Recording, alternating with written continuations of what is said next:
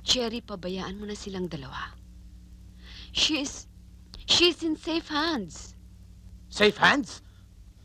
Tinangay na isang demonyong kapatid mo tapos sabi mo she's in safe hands.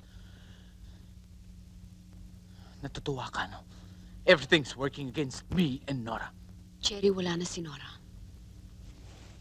Hindi na siya mapapasa iyo. Akin si Nora. Akin si Nora. Ba't ka ba lagi nakikialam? Bakit hindi mo na lang ako pinabayaang mamatay nung traidorin ako ni Oscar? Dahil gusto ko ipakita sa iyo na mali ka. Na hindi ako masamang tao tulad ng paratang mo sa akin noon. Kung sabihin ko sa'yong mas taong kapatid mo kaysa sa'yo, mataas ka, Divina. Napakataas. Matayog ka. Para ka isang Diyos na sinasamba. Pero si Nora, naiintindihan ko. Naabot ko siya. Kung sa tingin mo'y mas tao sa akin si Nora, nagkakamali ka. Pareho lang kami. Tayong lahat, Jerry. Pare-pareho lang tayo. Nagtataka nga lamang ako. Kahit yata ilang libong beses basagin ang bungo mo, hindi mo pa rin ako maintindihan.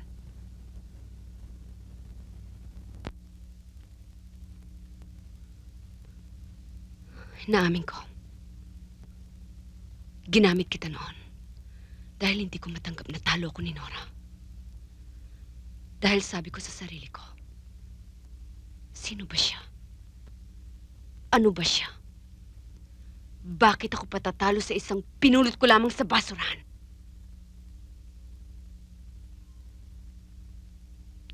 Pero ngayon, for God's sake, will you listen? Will you please believe me? Jerry, kailangan kita. Mahal kita.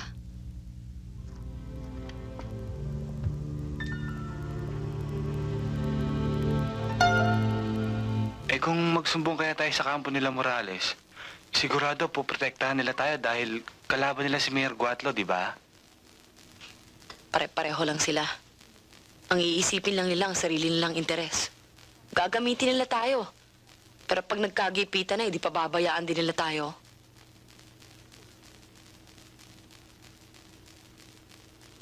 Alam ko na. Oh, Rachel, kumusta ka na? Edmundo, kung merong mga taong hindi dapat manatili dito sa mundo ay mga taong katulad mo. Kapag may nangyari sa Rachel, makikita sandali. mo, hindi lang... Doon ka muna.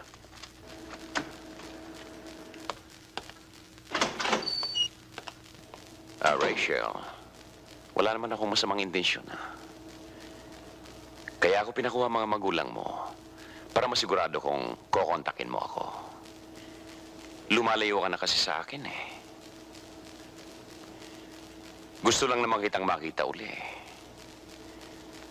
Alam mong mahal na mahal kita, Rachel. Kilala ko rin po ang mga tauhan ni Mayor Edmundo Guatlo. Sila ang pumatay sa aking kasintahang si Levy, pero ang utos ay nanggaling kay Mayor Guatlo. Siya rin po ang nag-utos kay Levy na patayin ang kanyang kalaban na si Mr. Tuazon. Ipinakidnap niya ako sa kanyang mga tauhan at dinala sa kanyang resort. Doon po ay ginawa ko ng Mayor. Inalok niya ako ng bahay at sustento para sa aking mga magulang at binantaan niyang kapag hindi ako sumunod ay ipapatay niya ang aking muka. Wala akong magawa. Tumigil ako sa pag-aartista at ako'y naging kanyang kirida.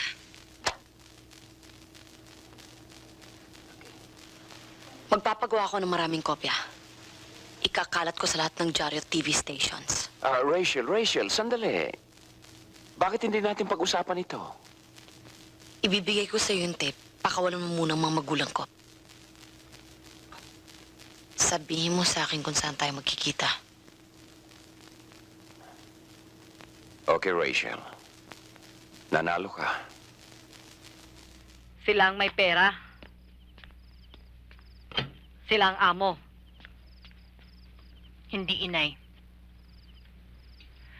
Hindi ba sinabi ng papa, kahit kailanman hindi mangyayari ang ganito?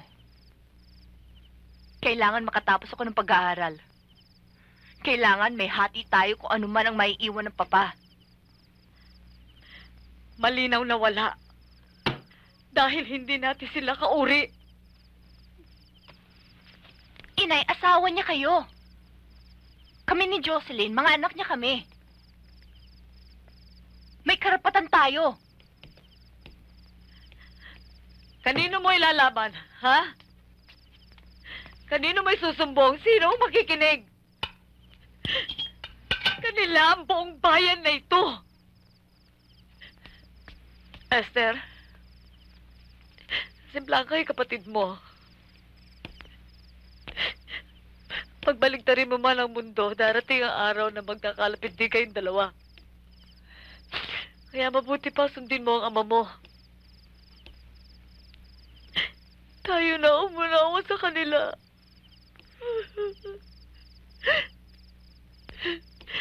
Magtatrabaho tayo sa plantasyon. Si Jocelyn magtatapos ng high school. Opo, Inay.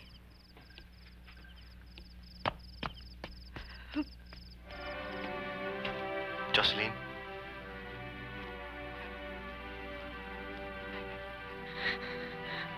Salamat. Oh, ba't ka umiiyak? Tana.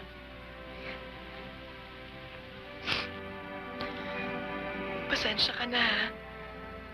Pati ikaw nahingahan ko ng problema. Hindi ko na alam kung ano mangyayari sa amin.